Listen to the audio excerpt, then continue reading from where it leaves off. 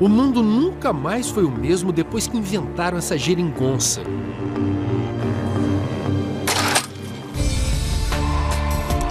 Com o drone se vai longe, a um custo baixo e para os mais variados tipos de missão. Por exemplo, registrar rapidamente e com precisão a chegada do mar de lama que vazou de um reservatório da empresa Samarco, em Mariana, Minas Gerais, ao Rio Doce. Nos Cidades e Soluções de hoje, daremos um giro pelo mundo para ver como essa tecnologia tem inspirado novas ações em defesa do meio ambiente.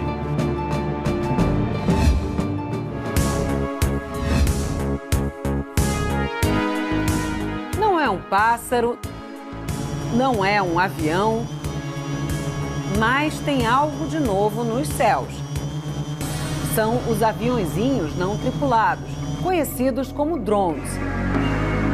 Você pode nem saber ainda, mas de um jeito ou de outro, eles já fazem parte da sua vida. Os drones nasceram durante a Segunda Guerra Mundial, um jeito de evitar baixas no fronte. Na Guerra Fria, os voos eram de espionagem. Em 2009, o presidente Barack Obama criou um programa de eliminação de terroristas que provocou polêmica. Pilotos americanos não se expunham ao risco. In last resort and in self-defense. Mais terroristas eram mortos sem julgamento nem permissão do país onde viviam. O governo americano não divulga o número de ataques ou de mortos nas missões dos drones. O Bureau de Jornalismo Investigativo, uma organização independente e sem fins lucrativos, tenta calcular o tamanho dessa guerra silenciosa. Segundo os dados do Bureau, foram 729 ataques executados no Paquistão, no Iêmen, na Somália e no Afeganistão desde 2002. A organização calcula que entre 3.694 e 5.856 pessoas foram mortas nas operações, incluindo mais de 500 civis. Na última década, o que era arma de guerra virou um novo ponto de vista, um olho no céu, um brinquedo na mão e um mundo de possibilidades. Quando o governo americano percebeu que as vendas tinham decolado para valer, mandou todo mundo baixar o trem de pouso e criou regras para esse novo espaço aéreo que surgiu bem acima das nossas cabeças. A principal delas é voar longe dos aeroportos e da rota de qualquer avião. 1.100 empresas já receberam licença para voar e até 2017 serão 7.000 nesse mercado. A primeira licenciada de Nova York foi a Aerobo.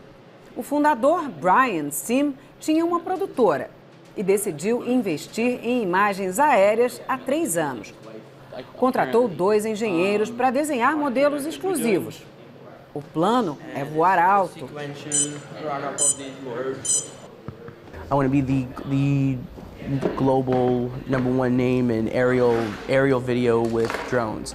Do sports. I know that obviously the Olympics are coming to Brazil.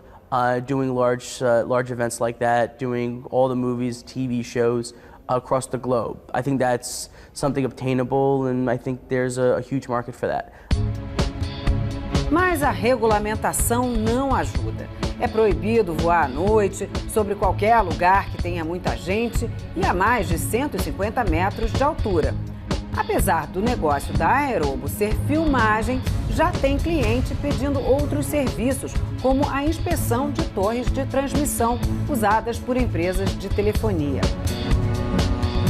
So instead of sending up 2 men, that takes a couple hours, it's very dangerous, and literally with like a clipboard and a pen writing down what they see, in theory, you send up a drone, it does it in a couple minutes, and then it comes back down and nobody's life is in danger.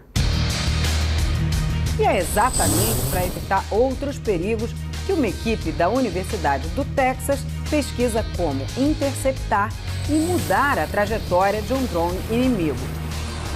Os testes são feitos no estádio do time de futebol do Longhorns, em Austin. Depois que um aviãozinho não tripulado caiu no Jardim da Casa Branca em janeiro, o Departamento de Segurança Interna decidiu colaborar com a pesquisa. A Marinha e a Aeronáutica querem dominar a tecnologia, para no futuro, quem sabe, impedir que um drone seja usado num ataque terrorista. Mas se o ataque for a pragas e problemas na plantação, o voo já está liberado. O engenheiro agrônomo Gary Robertson, da Universidade da Carolina do Norte, é pioneiro nos estudos do uso de drones na agricultura e diz que a inspeção e a coleta de dados vão ser muito mais eficientes com os aparelhos não tripulados. We consider the application of the unmanned aerial vehicle or drone as a critical tool looking at the future of agriculture. We're entering the information age. We hear buzzwords all the time about big data, data management, what can we do with data. The UAV as a platform for data collection offers us a lot of flexibility. We can capture a tremendous amount of data for our crops on a very timely basis. We don't have to be concerned, for example, going into a field with a vehicle-based sensor. We have to worry about the maturity level of the crop. Are we doing damage as we get close to harvest? Are soil conditions too wet to be able to allow us to enter the field? Aerial platforms like the UAV, of course, as long as we've got decent flying weather that day, we can go out and get the data that we want. And then, of course, we can start processing that data and enable our farmers to make better management decisions.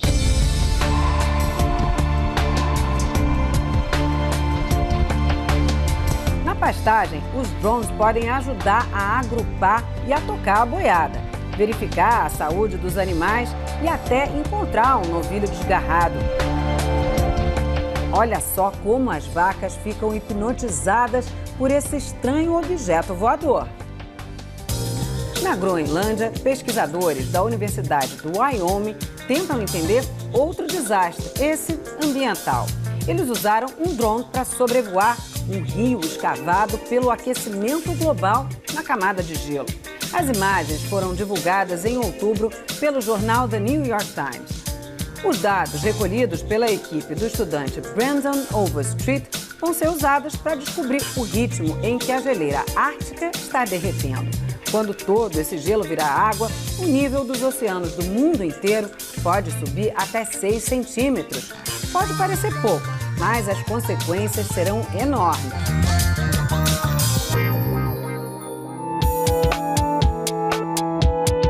No ano passado, a gente mostrou aqui no Cidades e Soluções uma pesquisa do Sensible Lab, o laboratório de problemas urbanos do MIT, o Instituto de Tecnologia de Massachusetts, que usa o drone de um jeito bem original.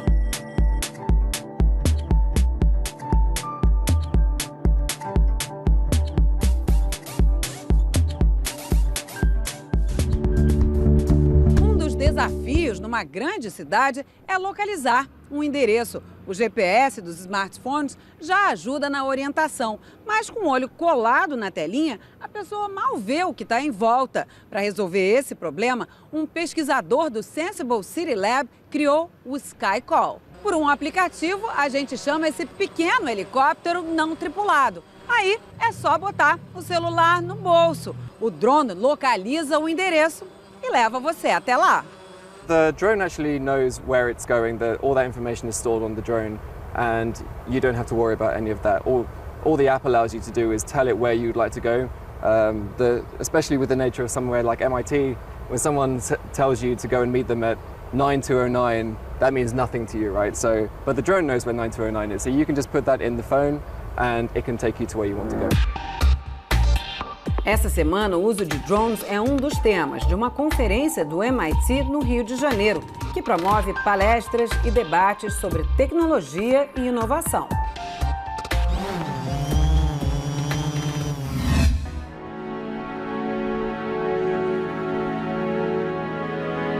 Foi por acaso, no meio de um bate-papo, que a dupla de ambientalistas Serge Weir e Liam Pinko teve a ideia de usar drones nos projetos de conservação. What if we had a little camera that would fly over the forest and take the images of the trees, the animals that are there, and particularly for orangutans, we were thinking, they make a nest every night, and those nests are quite often high up in the canopy.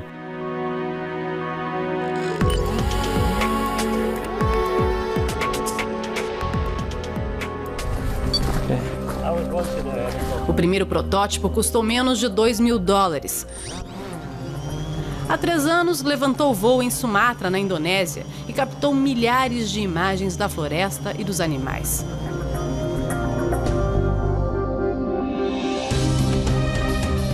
Os vídeos postados na internet viraram uma febre e a ONG decolou.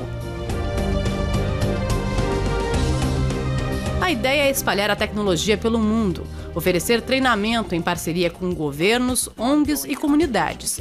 E quando a equipe local estiver craque, sair de cena.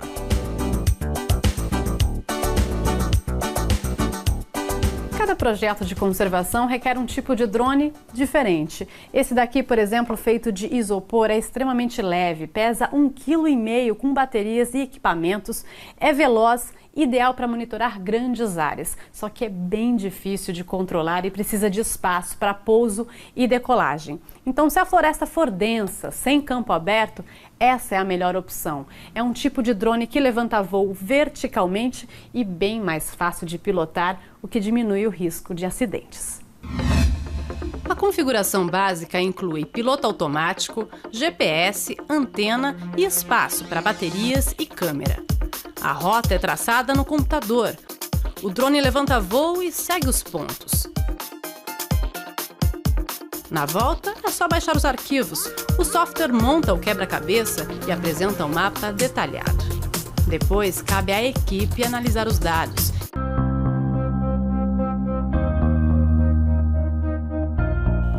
Os drones são usados em 3 tipos de projetos: para monitorar determinada espécie, para conhecer o habitat em que vivem e para combater crimes como desmatamento e caça ilegal.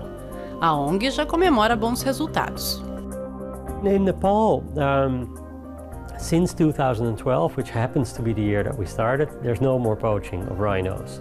And that's of course not only because of the uses of drones. It's a combination of all the hard work that the people there are doing, the national park staff, the WWF people, the army, and the communities there.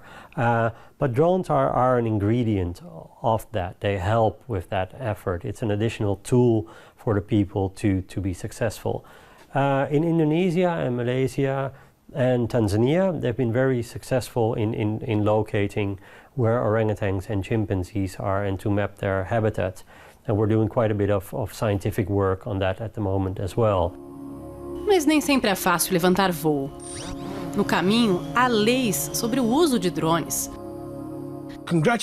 Aqui no Reino Unido, as regras existem desde 2009, mas por causa da popularidade, este ano foi publicado o Código para o Uso de Drones, com uma linguagem mais simples. O aparelho tem que estar no campo de visão o tempo todo. Não pode sobrevoar áreas urbanas, passar perto de aeroportos ou ser usado durante eventos esportivos. É preciso manter uma distância de, no mínimo, 50 metros de pessoas, carros e prédios e respeitar as leis de privacidade. Quem quiser usar drones em atividades comerciais precisa passar por exames e obter uma licença da Autoridade de Aviação Civil. Isso vale só para o Reino Unido, mas a expectativa é que a União Europeia tenha uma lei única a partir de 2017. So that's it. Fly safe and have fun with your amazing unmanned aircraft. Serge é a favor da regulamentação para evitar abusos e acidentes. 3 anos depois do primeiro teste, ele está de olho em novos horizontes. Quer combinar tecnologias e tornar os drones de conservação ainda mais eficientes. The next step, I think, is integrating different sensors. So not only the sensors that are on the drone, but also sensors on the ground. So camera traps would be fantastic if we can upload the data to the drone so that people don't need to walk into the forest very far away to obtain the SD card and get the pictures. The same with microphones that are in the forest already or in other areas. If we could upload data, that would be great. Collars that are on animals, they are very common, But it's often very hard work to find these animals. So if we can fly over with the drones and locate those animals on the ground, that would be very, very useful as well. This is the tip of the iceberg in terms of what we can do with these systems.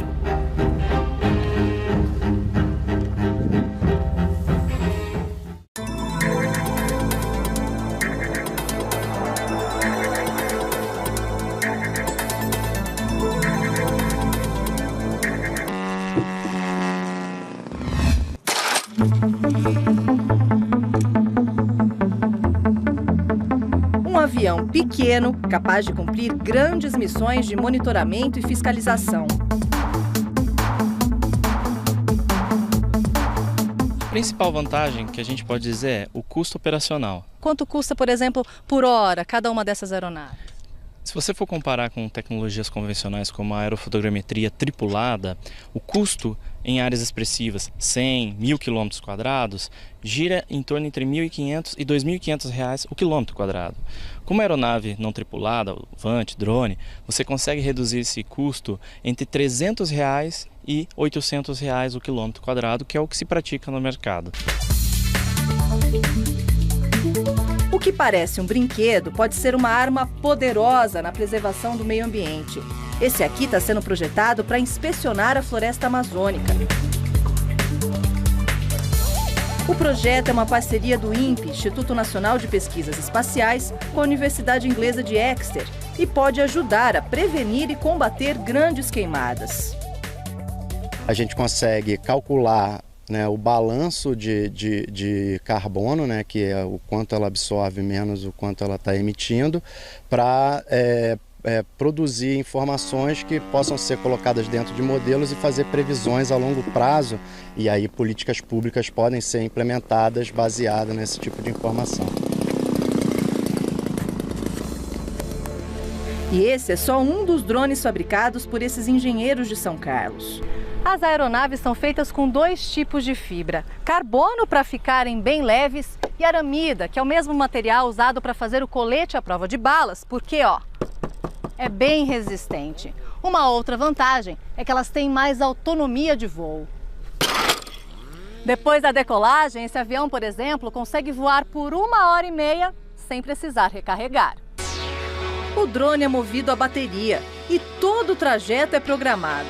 A diferença entre o aeromodelo e o VANT é que o aeromodelo, ele é manualmente controlado, você toda hora está comandando a aeronave. O drone, o VANT, não, ele voa de forma automática. Todo o trajeto da aeronave em laboratório ou mesmo no campo, você define os pontos de passagem da aeronave e ela executa a missão de forma automática. Você não precisa ter habilidades, por exemplo, de piloto. Para isso, os aviões têm um computador completo, o cérebro da aeronave. Ela tem um processador, né, de 1 GHz, que faz todo o tratamento do software, né? Ela também tem um sistema de memória RAM, flash, como um computador comum.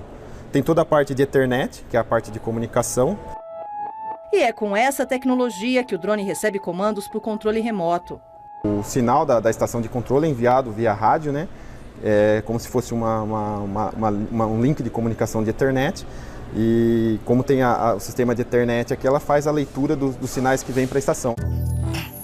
E todos os drones são capazes de carregar 2 câmeras com alta resolução, que fazem os registros das áreas mapeadas.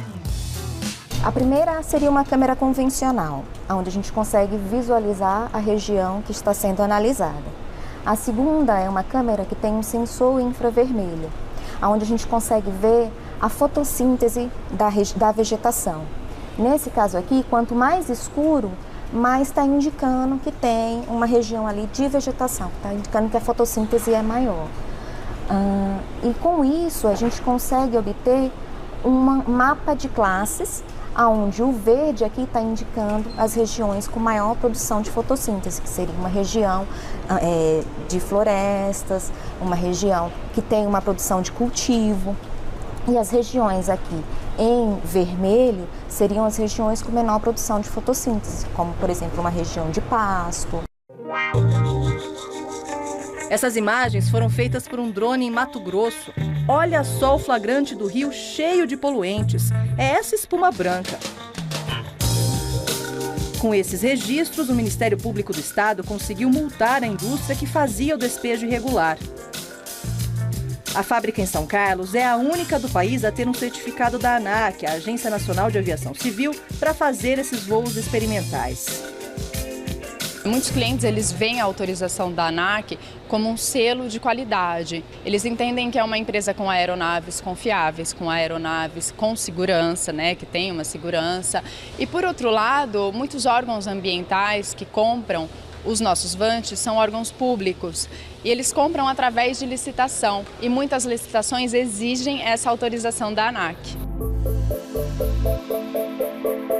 Em menos de 10 anos, a empresa decolou, vendeu mais de 40 aeronaves e elas também evoluíram. Essa aqui foi o primeiro Vante a sobrevoar a Amazônia para fiscalizar a floresta.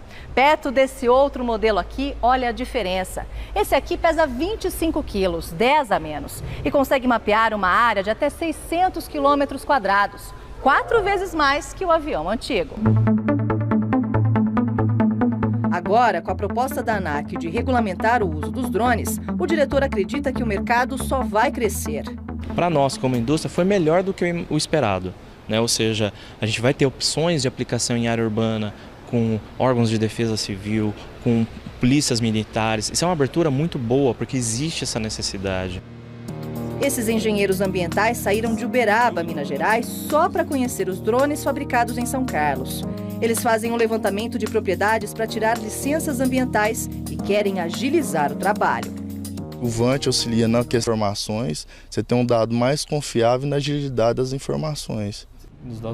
O Cidades e Soluções entrevistou em Brasília o representante da Agência Nacional de Aviação Civil, responsável pela regulamentação dos drones. Roberto Norato deixou claro o objetivo das novas regras. O foco da regulamentação são as aeronaves com finalidade não recreativa. Recreativos são os aeromodelos, já existe uma legislação própria e pouca coisa muda. Mas para os não recreativos, que têm uma finalidade profissional, comercial ou corporativa, é aí que a regulamentação vai trazer regras específicas para isso. A proposta de regulamentação que passou em audiência pública, ela traz 3 classes. Uma classe que abarca os equipamentos que têm até 25 quilos, uma categoria depois que vai de 25 a 150 e acima de 150 quilos. E aí os requisitos que tradicionalmente são alvo de regulação na aviação civil, que é a certificação da aeronave, a licença do piloto, o registro, eles são graduados a depender do nível do risco envolvido. E quando a regulamentação finalmente estará pronta? Estamos trabalhando com afinco nesse assunto, mas ainda não conseguimos especificar quando será aprovada a regra.